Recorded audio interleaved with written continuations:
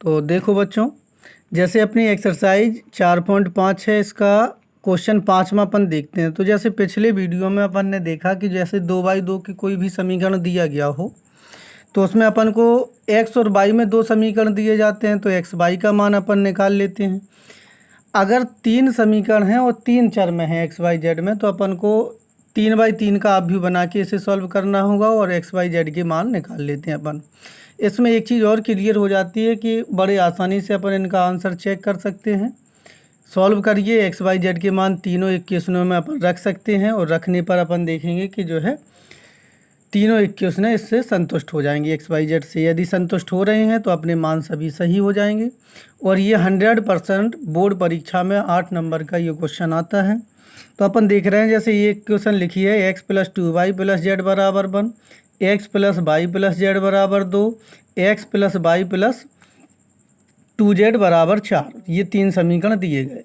तो इसमें देखो हम बताए दे रहे हैं सभी को। तो अवयव ए का मान होता है जो समीकरण दिए गए इनमें एक्स वाई जेड के गुणांक ले लीजिए। जैसे पहले समीकरण से लेंगे तो ये पहली पंक्ति बन जाएगी 1 2 1। दूसरे में गुणांक देखेंगे, एक यहाँ है, 1 1 1 1 1 हो जाएगा। तीसरे से 1 1 और 2।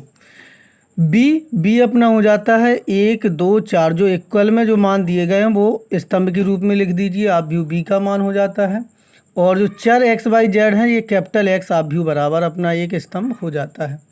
तो अब अपन देखते हैं कि सूत्र इसका होता है कैपिटल एक्स बराबर ए इनवर्स बी। तो कैपिटल एक्स का मान अपन को पता है, बी का मान पता है, मान नहीं है ए इनवर्स का पता। तो ए इनवर्स निकालने के लिए अपन को पता है कि एडजॉइंट ए बटे मॉड ए सूत्र होता है इनवर्स का। तो पहले अपन मॉड ए निकाल देंगे। मॉड का मतलब है अवयव ए के सारणक का मान।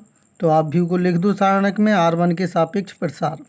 तो प्रसार सभी बच्चे जानते हैं। जैसे r1 के सापेक्ष कह रहे हैं तो पहला अवयव 1 लेंगे, तो पहली पंक्ति और पहला स्तंभ मूल लेंगे।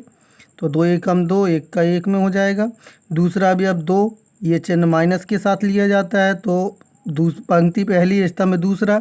2 एकम 2, 1 का 1 में 1 हो जाएगा, 2 - 1। तीसरा अवयव 1 है तो पहली पंक्ति और तीसरा स्तंभ, तो 1 - 1। तो यहाँ 1 आ जाएगा, ये 1 बचेंगे -2, ये 0। 2 में से 1 में से -2 घटाएंगे तो -1 अपना मॉड ए का मान आ जाएगा।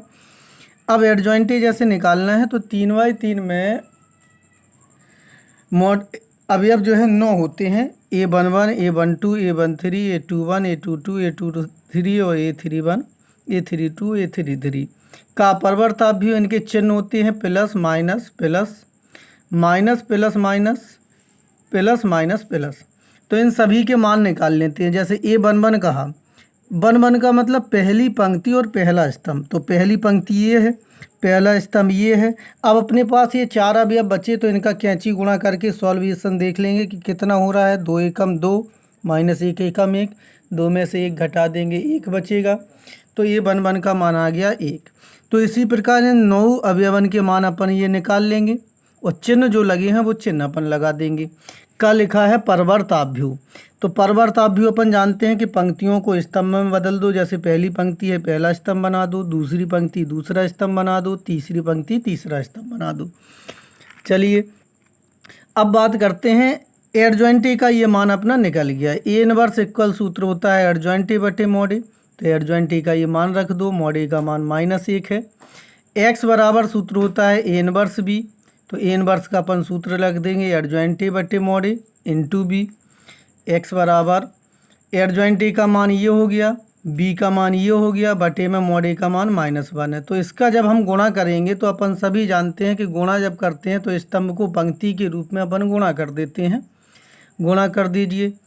तो गुणा करने पे इसे अपन सॉल्यूशन देख रहे हैं कि -1 बचेगा, यहाँ +1 बचा, यहाँ -2 बचे। जब माइनस का भाग देंगे तो +1 -1 2। तुलना से अपन को पता चला कि x का मान जब कोई भी दो अवयव समान दिए जाते हैं तो संगत अवयव उनके बराबर हो जाते हैं। x का मान 1, y का मान -1 और z का मान 2। तो इस प्रकार ये क्वेश्चन अपन को लगाने होंगे। सभी बच्चे बड़े आसानी से इन्हें लगा सकते हैं।